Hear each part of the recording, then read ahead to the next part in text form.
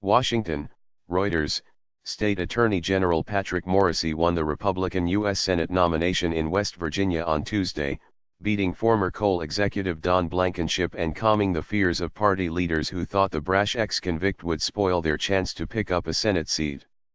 Morrisey will now face endangered Democratic Senator Joe Manchin, a prime target for Republicans, in one of the top Senate races of November trademark's midterm elections. Blankenship had panicked Republican leaders by showing signs of a late surge, but he faded to a third-place finish behind Morrisey and U.S. Representative Evan Jenkins after President Donald Trump intervened to urge voters to reject him. The divisive Blankenship, who served a year in prison for safety violations in a 2010 disaster that killed 29 minors, ran a racially charged campaign that included attacks on Senate Majority Leader Mitch McConnell for creating jobs for Erkanapipa and ads highlighting the Taiwanese heritage of McConnell trademark's wife. Blankenship told supporters in Charleston, West Virginia, that he had no regrets about his campaign and blamed the establishment for the loss. I think if there was any single factor, it was President Trump trademark's lack of endorsement he said. Trump, who won the state by more than 40 percentage points in 2016, had urged voters in a tweet on Monday to support either Jenkins or Morrisey. The race was the highlight of primary contests in 4 states that showed how completely Trump has taken over the Republican Party, with candidates in all the major races competing to prove the depth of their allegiance to him. Republicans also waged bitter Senate primary battles in Indiana and Ohio, 2 other states that Trump won in 2016 and where incumbent Democratic senators are up for re-election this year in key races in the battle for control of Congress. Democrats need to pick up 2 Senate seats and 23 House of Representatives seats in November to regain majorities in Congress and blunt Trump trademark's agenda. In Indiana, businessman Mike Braun defeated 2 members of Congress in a bitter race for the Republican Senate nomination and will face off against incumbent Democratic Senator Joe Donnelly in one of November trademark's top races.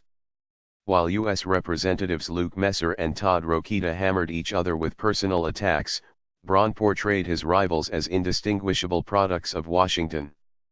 More outsiders saw trademark.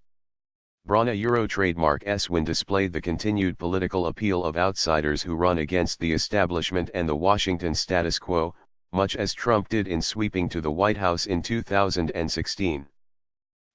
From the beginning our message has been pretty simple: we need more outsiders and less career politicians in Washington.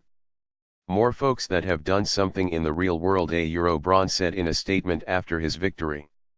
Braun, a former state legislator, put more than $5 million of his own money in the race and will be expected to spend liberally again to challenge Donnelly in Indiana. Trump and Vice President Mike Pence have already scheduled a campaign event in Indiana on Thursday, indicating the priority the White House is putting on the Indiana race, and their willingness to back whoever emerged from the primary. In Ohio, where liberal Democratic Senator Sherrod Brown is another top Republican target, U.S. Representative Jim Renaxi won the battle for the Republican Senate nomination over Cleveland area investment banker Michael Gibbons.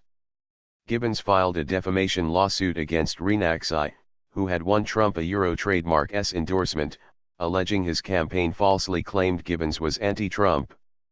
Ohio voters also went to the polls to choose candidates in the election to succeed Republican Governor John Kasich, who is prohibited from running again by term limits. In November, Democrat Richard Cordray, the former head of the U.S. Consumer Financial Protection Bureau, will face Republican State Attorney General Mike DeWine. Cordray defeated Dennis Kucinich, the former Cleveland mayor, member of Congress and presidential candidate, in a battle of liberal favorites. On the Republican side, DeWine beat Lieutenant Governor Mary Taylor. In North Carolina, Republican U.S. Representative Robert Pittenger lost renomination to Pastor Mark Harris. He will face Democrat Dan McCready in November in a race that Democrats have targeted.